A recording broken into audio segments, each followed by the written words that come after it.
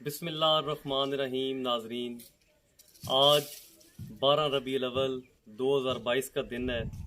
ابھی ہم جلوس میں حاضری دے کر واپس آئے ہیں اور آج ہم آپ کو کاروبار کے حوالے سے بتائیں گے کہ ڈالر سٹور جو کہ سیل پوائنٹ آج کل پاکستان میں کافی جگہوں پہ لوگ کر رہے ہیں، وہ کیسے شروع کرنا ہے، کتنی انویسٹمنٹ سے شروع ہوتا ہے، اس کے کیا فوائد ہیں، کیا نقصانات ہیں۔ اسی حوالے سے ہمارے کزن ہیں، انہوں نے ڈالر سٹور بنایا ہوا تھا، تو آج انہی سے ہم آپ کی ملاقات کرواتے ہیں اور ان کا تجربہ آپ کے ساتھ شیئر کرتے ہیں کہ انہوں نے اس سے کیا کھویا اور کیا پایا۔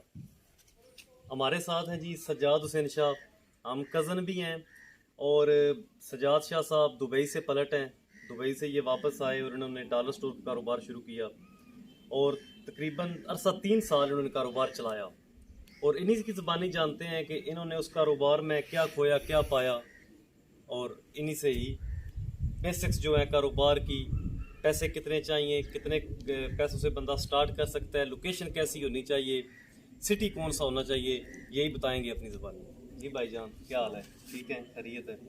بالکل ٹھیک ٹھاک۔ پہلے تو آپ کو 12 ربیع الاول کی مبارک۔ خیر مبارک۔ درود پاک جناب آپ صلی اللہ علیہ وآلہ وسلم کی ذات اقدس پہ لاکھوں کروڑوں درود و سلام۔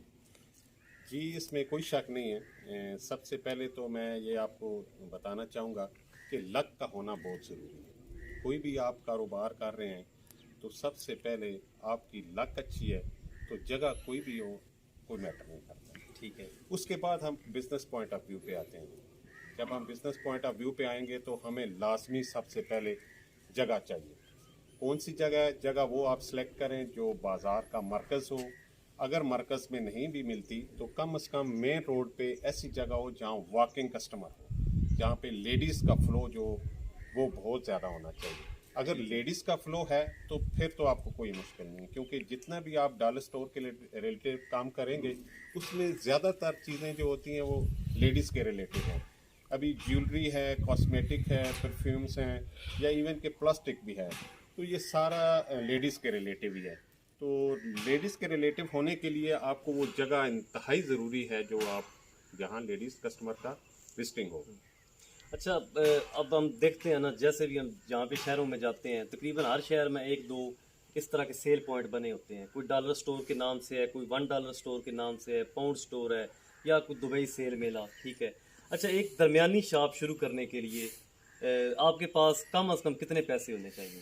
اچھا، پیسے کی اس میں تو کوئی خاص لمٹ نہیں ہے، یہ تو ڈیپینڈ کرتا ہے آپ کے مالی حالات پہ کہ آپ کے پاس انویسٹمنٹ کتنی ہے۔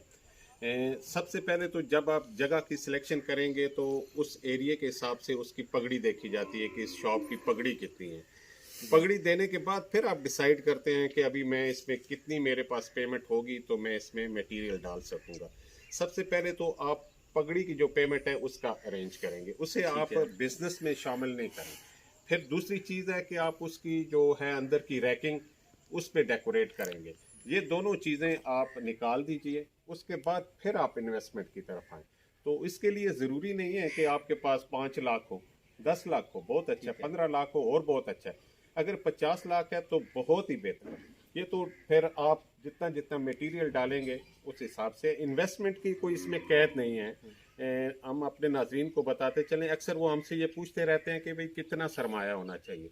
تو سرمایہ کی شرط نہیں ہے، آپ کی نیت ہونی چاہیے، آپ کا ارادہ ہونا چاہیے، آپ کی لگن ہونی چاہیے، پھر اس کے بعد آپ پیمنٹ کو دیکھیں کہ آپ کے پاس کتنی پیمنٹ ہے، پھر اسی میں ٹوٹل چیزوں کو آپ ترتیب کریں۔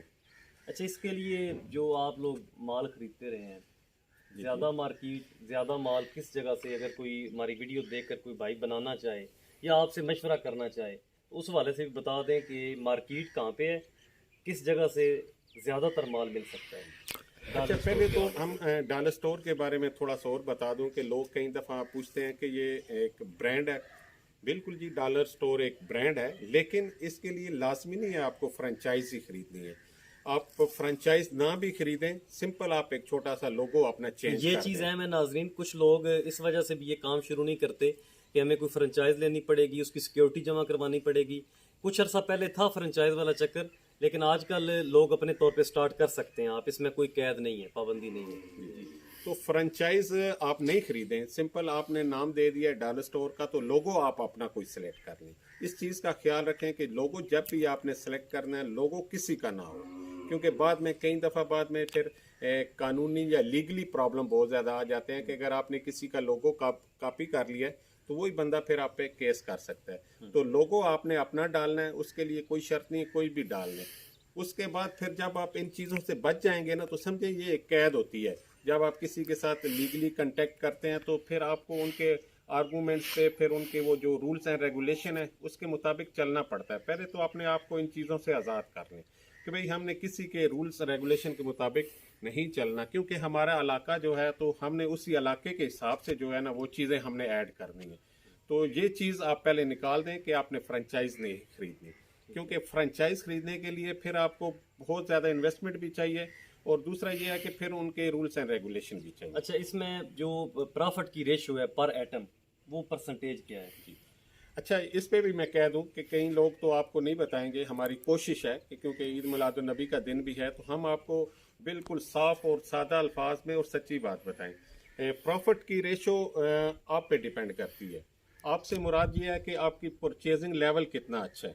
اگر آپ نے وہ دکانیں، وہ شاپ یا وہ کنٹینر یا وہ فیکٹری کا آپ کو علم ہے جہاں سے چیزیں جو ہے کہ آپ کو خام ریٹ پہ مل جاتی ہیں، تو پھر آپ کہہ سکتے ہیں کہ ایک چیز کے پیچھے آپ کو 50 روپے بھی 60 روپے بھی آسانی سے مل سکتے ہیں. اور ڈالر ایٹم آج کل 200 زیادہ تر 170 اور 200 کے ارد گرد گھوم رہا ہے. تو اگر 170 میں آپ کو 50 روپیز مارجن آتا ہے تو یہ بہت زیادہ مارجن ہے، کیونکہ ہم نے سیل کے حساب سے دیکھنا ہے نا کہ اگر ہماری چیزیں 100 آئٹم سیل ہو رہا ہے تو اس کو آپ 50 سے ملٹیپلائی کریں گے تو آپ کا کہاں پرافٹ ہو جائے گا.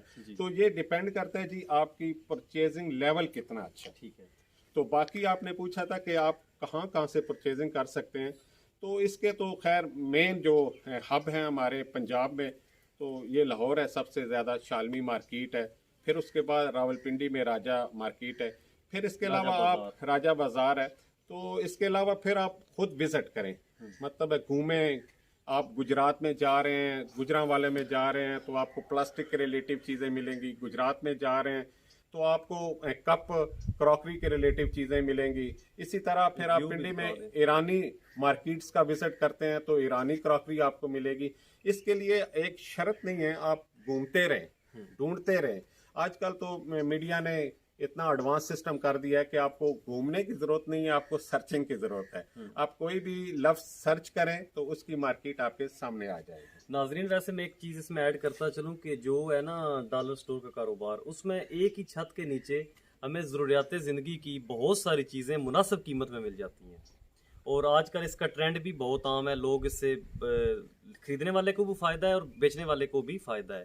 تو اس کے ساتھ میں بھائی سے یہ پوچھوں کہ آپ اپنی ناکامی اور کامیابی کے بارے میں ہمیں بتائیں کہ آپ نے جو ڈالر سٹور بنایا ہوا ہے، ٹھیک ہے، اس میں آپ کہاں پہ، کیونکہ دیکھیں اگر کسی بھی جگہ پہ کامیابی ہوتی ہے تو اس میں ناکامی کا عنصر بھی ہوتا ہے، اس میں کچھ اللہ تعالیٰ کی طرف سے ہوتا ہے، کچھ بندے کی غلطی بھی ہو سکتی ہے. اس حوالے سے ہمیں بتائیں کہ آپ کا تجربہ کیسا رہا، کہ آپ کامیاب ہوئے یا ایوریج رہے یا ناکام ہوئے؟ اچھا، سب سے تو پہلے میں یہ تو ضرور کہوں گا کہ جس طرح ہمارے پیارے نبی نے بکریاں پالیں، کاروبار کیا، تجارت کی، تو تجارت ایسی چیز ہے جس میں کبھی بھی لاس نہیں ہوتا.